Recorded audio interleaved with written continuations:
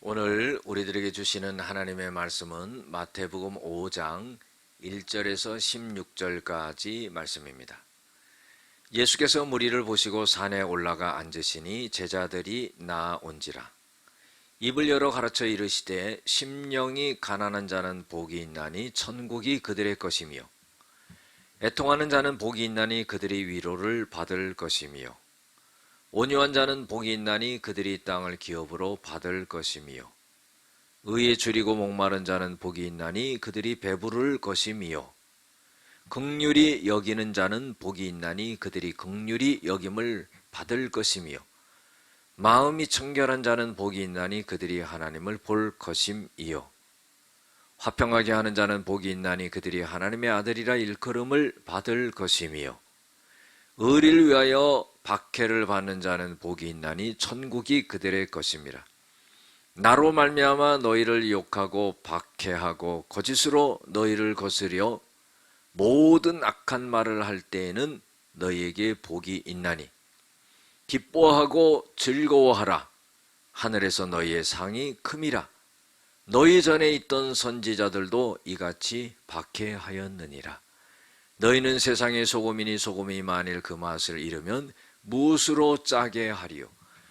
후에는 아무 쓸데없이 다만 밖에 버려져 사람에게 밟힐 뿐이니라. 너희는 세상의 빛이라. 산에 있는 동네가 숨겨지지 못할 것이요 사람이 등불을 켜서 말 아래 두지 아니하고 등경 위에 두나니 이러므로 집안 모든 사람에게 비치느니라. 이같이 너희 빛이 사람 앞에 비치게 하여 그들로 너희 착한 행실을 보고 하늘에 계신 너희 아버지께 영광을 돌리게 하라. 아멘. 오늘은 천국 백성다운 삶과 성도의 거룩한 영향력이라는 제목을 갖고 함께 은혜를 나누고자 합니다. 예수님께서요 공생의 기간에 말씀을 전할 때마다 많은 사람들이 쫓아왔습니다. 그리고는 그 무리를 보시고는 예수님이 산에 올라가서 앉으셨습니다. 그리고 제자들도 많이 오게 되었지요. 그리고 예수님께서 입을 열어 가르치시게 되었습니다. 이것이 산상수훈이다 그랬어요. 산에서 예수님이 설교하신 거지요. 3절부터 6절까지 보면은요, 이것은 하나님과의 관계 속에서 어떻게 해야 되는지를 잘 알려주고 있는 그런 말씀입니다. 그래서 3절에 보면은 심령이 가난한 자는 복이 있다 그랬어요. 천국이 저희들의 것이다. 여러분, 심령이 가난하다는 것은 뭘 의미하겠습니까? 세상의 욕심과 권세와 세상의 모든 것을 갖다가 욕심내지 아니하는, 비워놓는 그런 상태라고 볼 수가 있습니다. 그런 사람은 복이 있다는 거죠. 또 애통하는 자는 복이 있나니 그들이 위로를 받을 것이다 그랬어요. 여러분들, 우리가 애통한다는 것은요, 슬퍼하는 거죠. 왜 애통하고 슬퍼하겠습니까? 자기 자신이 죄악됨을 보면서, 온전한 삶을 살아가지 못하는 것을 보면서, 하나님의 뜻을 이루지 못하는 것을 보면서 애통하는 것을 말합니다. 이런 사람은 복이 있다. 위로를 받을 것이라 그랬어요.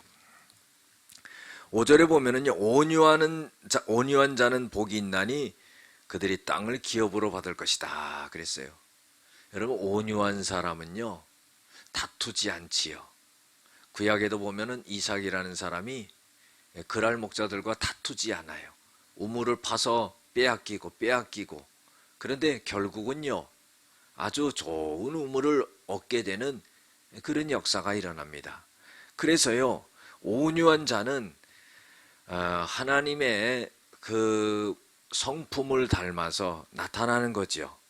그런 사람은요, 결국은 땅을 기업으로 받고 복을 받는 역사가 일어나게 된다는 겁니다. 또 6절에 보면 의에 줄이고 목마른 자는 복이 있나니 그들이 배부를 것이요 그랬어요. 이것은 음식을 먹어서 배가 부른 것이 아니라 의로움을 추구할 때에 영적으로 배부르게 된다 하는 거예요. 영적으로 충만하게 된다, 만족하게 된다 하는 거죠. 그래서 하나님은 공의의 하나님이기 때문에 그 하나님의 의를 쫓아가는 자는 영적으로 충만하고 기쁨이 있고 은혜롭게 살아간다 하는 그런 말씀입니다. 7절부터 10절까지 보면은요, 이것은 사람과의 관계 속에서 복을 받게 되는 그런 것을 말씀하고 있는 것입니다. 7절에 보면은요, 긍휼히 여기는 자는 복이 있나니 긍휼히 여김을 받을 것이다 그랬어요. 사람과의 관계에서요, 불쌍한 자를 보면은 불쌍히 여기고 눈물을 흘려주고 도와주고 손 붙잡아주고 뭐 그런 것을 말합니다. 뭐 대단한 것이 아니지요. 그렇게 남을 긍휼히 여기는 자는 자기도 긍휼함을 받는다 하는 거예요. 또 8절에 보면은 마음이 청결한 자는 복이 있나니 그들이 하나님을 볼 것이다 그랬어요. 여러분들, 마음이 청결하다는 것은 영적으로 맑다는 거지요. 죄악으로 가득 끼어 있으면은 하나님과 교통할 수 없는 겁니다. 물론 여기서 하나님을 볼 거라는 것은 눈으로 직접 본다는 것은 아닙니다. 왜냐하면 죄악된 인간이 하나님을 볼 수 없기 때문이지요. 만약에 보게 된다면 죽음을 면치 못합니다. 그런데 마음이 청결한 자는 하나님을 본다는 것은 깨끗한 것을 말하는 거예요. 그런데 그렇게 온전하고 깨끗한 사람이 어디 있겠습니까? 자기를 늘 회개하고 예수의 보혈로 씻어내는 그러한 일을 계속 해야 된다 하는 거죠. 9절에 보면은요, 화평하게 하는 자는 복이 있나니 하나님의 아들이라 일컬음을 받을 것이다 그랬어요. 화평하게 한다는 건요, 사람 관계에서 참 중요한 겁니다. 어떤 사람은요, 어떤 모임에 가면 싸우는 사람이 있어요. 어떤 사람은요, 어떤 모임에만 가면은 화목해 하는 사람이 있어요. 그래서 마귀의 일은요, 분쟁을 일으키고 깨는 일을 합니다. 그러나 하나님의 일은 늘 화평하게 하고 화합하는 일을 하죠. 그래서 오늘 말씀에 보면은 화평하게 하는 자는 하나님의 아들이라 이렇게 인정을 받게 된다 하는 겁니다. 10절에 보면은요, 의를 위하여 박해를 받는 자는 복이 있는데 천국이 그들 것이다 그랬어요. 의라는 것은요, 하나님 앞에 올바로 살아가는 것을 말하고 하나님의 말씀을 그대로 지켜나가며 순종하는 것을 말합니다. 의롭게 살아가는 자는 의롭게 살아가는 자는 의를 위해서 박해를 능히 받을 수 있고, 그런 사람에게는 하나님의 복이 임하게 되고 천국을 소유하게 되고 한다 하는 겁니다. 그래서 순교하는 사람들이 이 핍박을 받고 박해를 받아서 죽게 되는, 순교하게 되는 그런 역사가 일어나게 되는데, 이런 사람은 천국을 차지하게 된다는 겁니다. 주님을 위하여서 너희를 욕하고 박해하고 거짓으로 너희를 거스려 모든 악한 말을 할 때 복이 있다 그랬습니다. 그때에 슬퍼하고 절망하지 말고 기뻐하고 즐거워하라 하는 것입니다. 그때 너희에게 상이 크다 하는 겁니다.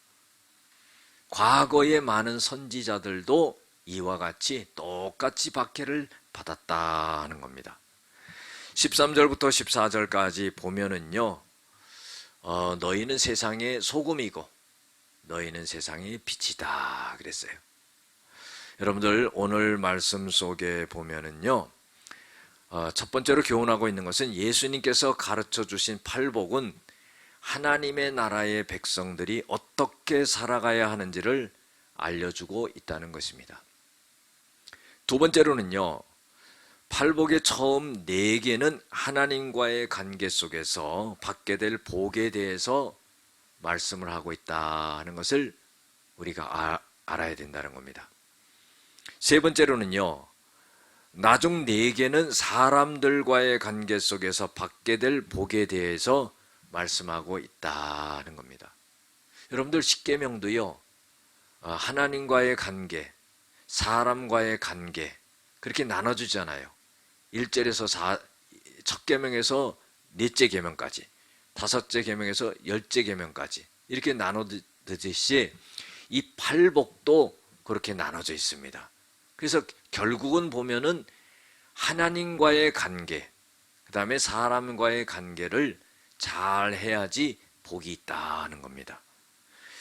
마지막으로 네 번째로 예수님은 우리를 세상의 소금이요 빛이라고 말씀하셨는데, 그것은 꼭 필요한 존재가 되어서 하나님께 영광을 돌리기 위한 것이고 또 그것이 행실로 나타나야 된다는 겁니다. 기도하시겠습니다. 하나님, 천국 백성다운 삶을 잘 살아가게 하시고 주님이 말씀하신 이 팔복을 잘 지켜나가서 그 복을 다 받고 세상 속에서 성도들이 거룩한 영향력을 끼칠 수 있게 도와주시옵소서. 예수님의 이름으로 기도드렸습니다. 아멘.